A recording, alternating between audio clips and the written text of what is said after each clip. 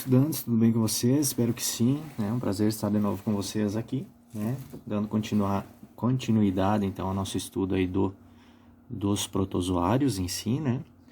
Na aula passada a gente trabalhou um pouquinho aí sobre a questão filogenética, de como surgiram aí os primeiros eucariontes, falamos um pouquinho da teoria aí de Oparin e Haldane, falei um pouquinho para vocês da teoria da endossimbiose lá da Lynn Margulis, né? E são questões muito importantes para que de fato a gente consiga entender o que é que a gente está estudando, né? Então tudo faz parte de um crescimento, né? Dentro da parte aí de entendimento das coisas, tá certo? Hoje a proposta da aula hoje é nós dar uma pequena introdução aí dentro dos protozoários para que vocês entendam quem são, quantos estão descritos, quem descreveu esses protozoários e como que vem evoluindo então a forma de classificar esse grupo aí, tá certo? A aula hoje tem um pouquinho mais curta, né, devido a nós fazermos apenas uma pequena introdução para que depois a gente consiga entrar na questão estrutural desses organismos, tá? Então esse termo protozoa, né, os protistas aí, ele foi introduzido aí no ano de 1820, tá? Pelo Goldfuss, né? George Goldfuss, tá? Que na época inseriam alguns organismos invertebrados, né? Vocês lembram que quando a gente estudou um pouquinho da parte filogenética, a gente viu que antigamente o pessoal colocava organismos que eram muito parecidos dentro de um mesmo grupo, né? E esse grupo, então, esse protozoa, todo organismo aí que era invertebrado, né, eles nem discutiam e colocavam dentro desse grupo aí dos protozoas, né? Então nós tínhamos aí 3 reinos, né, que eram o protozoa, o planta e o animal, né? E todos que eram invertebrados caíam para dentro desse reino protozoa, que a gente sabe hoje que não tem muito sentido isso aí, né? Depois de muito estudo e muito tempo, né? Pensa, 1820 para hoje, né, nos dias atuais, já se passou muito tempo, né? Porém, em 1866, o Ernest Haeckel, né, ele propôs então a criação de um reino, né, um novo reino chamado de reino protista, tá? Então, o Ernest Haeckel foi o primeiro cara a dizer, não, vamos criar um reino para esses organismos aí. Dentro, o que eles colocavam então nessa época dentro do reino protista? As bactérias, as algas, os protozoários e os fungos, né? Só aqui a gente tem 3 reinos distintos, né? Que seriam as bactérias, né? Que logo depois foi colocado dentro de um reino chamado de Monera, que a gente sabe que hoje ele já é obsoleto, esse reino Monera, e que a classificação é feita em domínios, né? A partir de 1990, aí, a proposta aí, de criação de 2 domínios, né? Que é o Bactéria e o Archaea, né? As algas e os protozoários hoje ainda fazem parte, então, desse reino dos protozoários, né? Do reino protista, tá? E os fungos que ganharam também aí um reino separado, né, devido às suas diferenças estruturais aí que tem em relação aos outros aqui, tá certo? Então, o primeiro pesquisador a introduzir então o termo, né, o reino protozoário, né, o reino protista, foi o Ernest Haeckel, tá certo? 1866, certo? Os protozoários são eucariotos, né? Os únicos organismos que são procariontes, tá? Se cair qualquer coisa nesse sentido para vocês, organismo procarionte, a gente está falando em bactérias, tá? Estamos falando lá naquele estudo anterior que a gente tinha dos procariontes aí, que são as bactérias. Então, os protozoários todos são eucariontes. Falando em protozoário, a célula é eucarionte, tá? Apresenta seu material genético compartimentado por uma membrana, né, certo? Dentro do núcleo, né? Ele não é mais como era nos procariontes, que é disperso lá no citoplasma, né, da célula, né? Além do elevado nível de organização estrutural e complexidade. Aquilo que eu falei na aula passada também, né? A partir de agora, né, a complexidade da célula aumenta, né, devido ao que? A existência principalmente de vários tipos de organelas que vão desempenhar funções específicas dentro dessa célula, tá? E também a presença de citoesqueleto. Não que lá nas bactérias não tenham, né? Lembra que eu falei para vocês até uma controvérsia que antigamente, em tempos antigos se imaginava que as bactérias não tinham citoesqueleto. E eu falei para vocês que sim, e depois de muitos estudos e tal, eles confirmaram que as bactérias também possuem um certo tipo de citoesqueleto, tá? E até isso era uma questão de separação, né?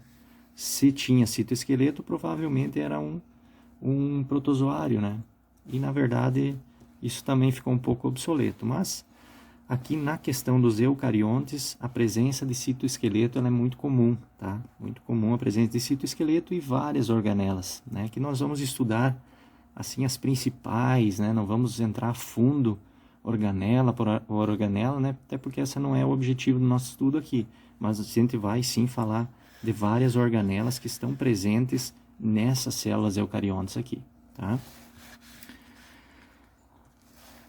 Podem ser unicelulares ou pluricelulares. O que é isso aqui? O que é unicelular? É um organismo que possui apenas uma célula, certo? E que aqui está falando que a maioria dos procariontes, dos protozoários, são unicelulares, tá? Ou seja, o organismo é composto por uma célula, diferente dos procariontes, né? Os procariontes não existe pluricelular, tá? Não existe uma organização pluricelular. Aqui a gente já começa a ver o quê? Organismos pluricelulares, tá? Que são o quê? Um conjunto de várias células que formam um organismo, tá? Beleza? Apresentam morfologia diversa, né? Além de habitats e modos de vida variados, né? A gente vai ver que os protozoários vivem em lagoas, vivem em rios, vivem em terra úmida, né? Então são vários habitats diferentes, tá? E modos de vida também. Vai ter lá os organismos que vivem dentro de um outro organismo, vai ter aquele organismo que se alimenta de matéria orgânica, vai ter aquele organismo que faz fotossíntese, né? Então eles são muito variados aí, em questão estrutural, tá? Temos aí os heterótrofos e os autótrofos, né? Os heterótrofos são aqueles que necessitam de uma fonte de matéria orgânica. Já os autótrofos, eles produzem isso através de fotossíntese, né? Certo? Então são muito variados aí. Os protozoários podem ter tamanhos bem variados, né? Questão de tamanho também, né? São muito variados, né? Uns podem ser microscópicos, né? E algumas espécies podem chegar até centímetros aí de diâmetro, né? Então, de bem pequenos, digamos assim, né? De organismos que são microscópicos, até organismos que possuem aí alguns centímetros, né? Que daria até para vê-los a olho nu, tá? Então, aqui até tem alguns exemplos aqui dos foraminíferos e das amebas, que depois a gente vai estudar esses grupos aí separadamente, tá? Mas o interessante aqui é que eles não são de um tamanho único, né? Eles têm variações aí. Aqui até tem algumas imagens aqui de alguns, né? Vejam que a forma deles, né? Olha a forma desse aqui, né? Como ela é diferente, por exemplo, de uma ameba, né? Então eles têm essas... Aqui a gente já tem um ciliado, um paramécio, né? Então eles já são bem diferentes em estruturas, né?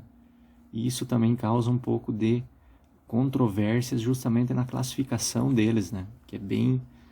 É algo bem complicado de se classificar, certo? A classificação dos protozoários é algo muito controverso, né? Que eu falei agora aqui, né? E muda constantemente. Lembram que na aula passada eu até falei para vocês que há várias propostas que estão aí, vamos dizer assim, estão na mesa lá para ser estudados, né?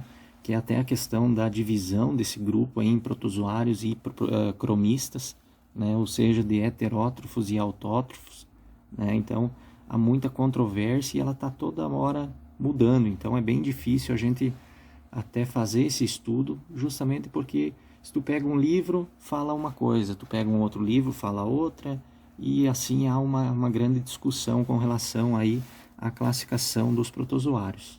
Enfim, né, nós vamos seguir aí as classificações mais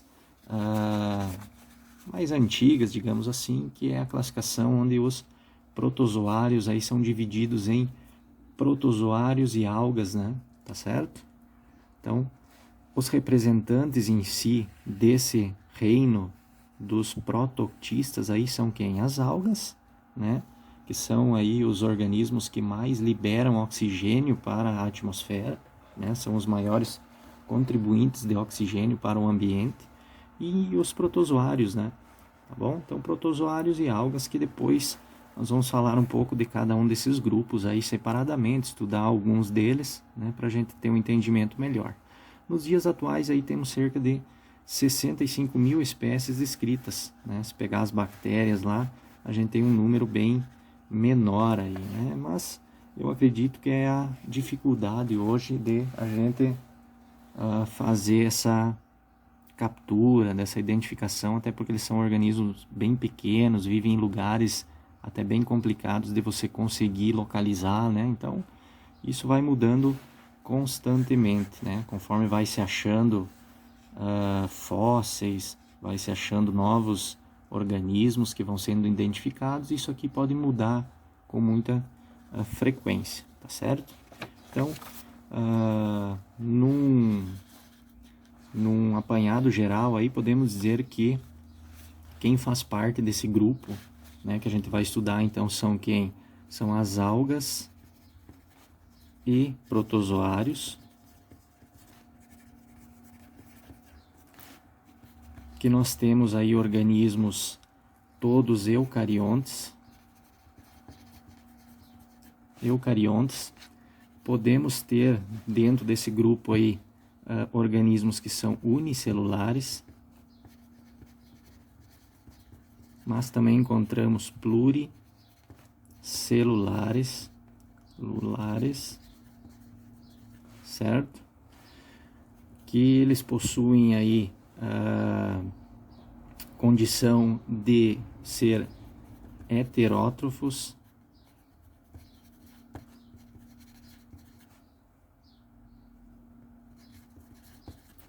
ou autótrofos, certo? E que possuem aí variações e controvérsias segundo as classificações, né? Então, tamanhos e formas variadas, certo? Quanto à reprodução, quanto a essas questões de nutrição, isso tudo a gente vai estudar um pouquinho mais para frente e vocês vão entender um pouquinho melhor, tá certo? Aqui é mais uma parte introdutória para a gente ver quem são, né, o objeto do nosso estudo, né? Então, que são os protozoários e as algas, que todos eles são eucariontes, não existe um protozoário que seja procarionte, tá? Não existe isso. Que podemos ter unicelulares e pluricelulares, que é diferente lá dos procariontes, que são todos unicelulares. Podem ser heterótrofos ou autótrofos, e tamanhos e formas bem variados, o que dificulta um pouquinho aí a questão da classificação deles, tá certo? Então essa pequena introdução aí ao grupo, né? Isso aqui também é importante, né? Hoje a gente tem aí cerca de 65 mil espécies descritas, até talvez esse número não seja redondinho assim, né? Mas dei uma arredondada no número aqui para facilitar o entendimento, tá bom? A aula de hoje então é isso aí, né? Uma aula mais curtinha, mas bem importante para a gente começar aí os estudos, tá? Na próxima aula a gente vai trabalhar um pouquinho da estrutura, já vamos entrar na parte estrutural desses organismos, né? Vamos falar um pouquinho de como que é a estrutura, vocês vão ver que é bem diferente dos procariontes, né? Vamos de fato entrar no estudo de algumas organelas importantes que a gente vai encontrar a partir de agora nas células, né? Para que a gente possa entender todo esse grupo aí de uma maneira bem completa, tá certo? Demais aí, boa semana para vocês, bons estudos e fiquem bem até a nossa próxima aula.